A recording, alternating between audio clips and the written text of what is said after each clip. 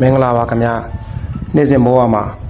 စရောကိုပါကျမကြခိုင်ဖို့အတွက်ကျွန်တော်တင်တိုက်ကကြိုးဆိုပါရခင်ဗျာဒီနေ့စနေနေ့အလုပ်နားရက်မှာခန္ဓာကိုယ်ရဲ့ဗညာဟန်ချက်ဘယ်လက်ညီဖို့နဲ့ပေါ်ပွားဖြစ်လက်မှုအချက်လက်ကိုအဓိကထားတဲ့ကစားနည်းလေးတွေကစားကြပါမယ်ပထမဆုံးကစားမဲ့လေ့ကျင့်ခန်းကတော့ side lunge ဖြစ်ပါတယ်ဒီလေ့ကျင့်ခန်းကပေါင်တွဲပိုင်းကြော်သားများကို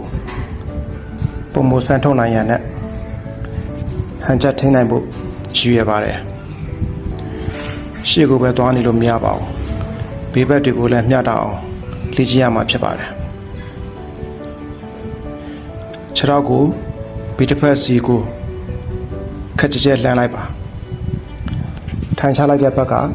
ခြေဖနှောက်ပေါ်မှာအားပြုပြီးတင်မောင်းကိုနောက်ပြစ်ထိုင်ပါကျန်တဲ့ခြေထောက်ကိုတော့တန်းနေအောင်ဆန်ထားရပါမယ်ပေါင်တွင်းပိုင်းကြက်သားတွေဆန့်ထွက်သွားတာကိုသတိပြုကြည့်ပါနောက်တစ်ပုံမှပြန်ဆောင်ကြမယ်နော်စရောကိုပါကျမ်းမာပျော်ရွှင်ကြပါစေ